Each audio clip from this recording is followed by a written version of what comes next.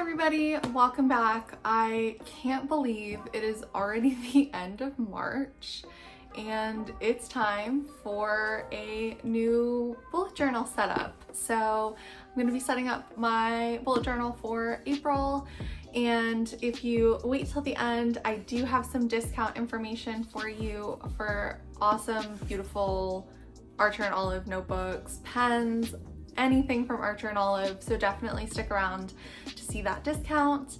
And this month is a big month for me because I'm going to be taking my MCAT this month and starting a lot of the different processes for med school apps, and so a lot to plan, and let's set it up and get into it.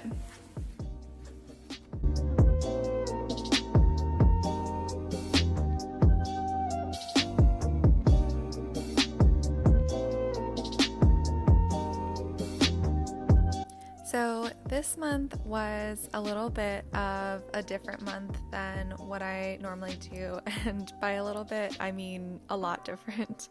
So like I mentioned, I have my MCAT coming up this month in April, so I wanted to pick a theme that was sort of representative of the fact that I was going to be studying all month. So I drew inspiration from Amanda Rach Lee's April spread from last year, where she drew this sort of window desk setup of like study girl lo-fi study vibes, and so I just tried to recreate that. And she has all of the different like Tombow colors and like different pens and things like that. Unfortunately, my stationery collection is not that large yet, so I was just using my normal Pilot pen, and then I actually ended up coloring in with crayons, which, like, when was the last time that you used a crayon? So it was basically just the lightest sort of chill color palette that I could get. Any of the markers that I had felt too dark. And you can also see me occasionally using my iPad of all things to film some little reel clips. So if you're not following me on Instagram already, then definitely go check that out, because I post reels of my bullet journal and a bunch of other grad school tips and applying to med school tips and things like that. So definitely go give me a follow over there as well. But now I'm just coloring in. I wanted to, as Amanda Rach Lee did, I wanted to sort of keep things a little bit just basic, only coloring in a little bit here and there, and using those sort of cooler, like cool, warm, pastel type colors. And then I just went with a quick handwritten typewriter type font. And I think I mentioned last month that I'm trying to use more washi tapes. As you can see at the top of the screen, I have a bunch of them and I love them so much, and I love the different colors and things. So I just want to try to incorporate them more. So I'm adding them in here, and then on the opposite page, I am trying something new. So April marks a new quarter of the year, and so I wanted to make a sort of quarter at a glance. Between Tim and I, we have a lot of different things coming up in the next few months, event-wise and friends' weddings and things like that, and so I wanted to be able to see all of that at a glance.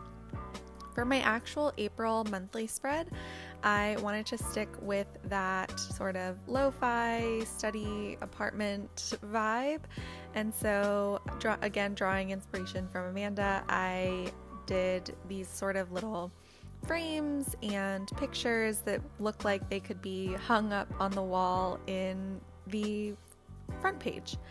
So in addition to the calendar, which was just a pretty basic one, I also have the 3 little Polaroids at the bottom that are 2 for goals and 1 for next month.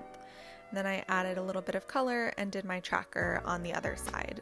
Literally the only thing I used a ruler for this entire month was doing those gray lines to mark the weekends on my tracker.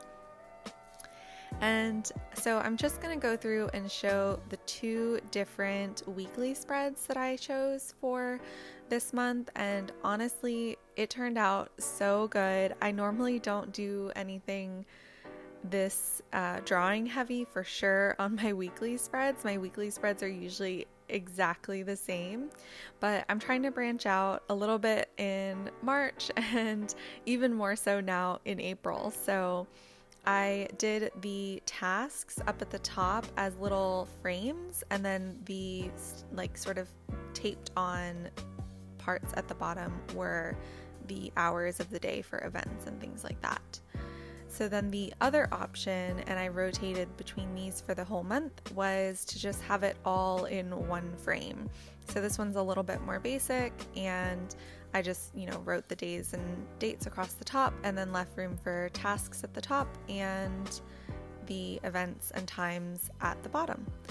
And for this month, I'm going ahead and doing my whole month ahead of time just so I don't have to worry about it while I'm studying for MCAT. But that's the flip through, and there's April. I hope you all enjoyed watching my April bullet journal setup, and if you would like to get 10% off of any Archer and Olive products, be sure to use my code MOMENTSINMED10. And if you liked this video, don't forget to give it a thumbs up, leave me a comment down below. And if you want to see more about my pre-med life, my grad school journey at Harvard, and the occasional bullet journal content, then don't forget to subscribe, and I'll see you all next week.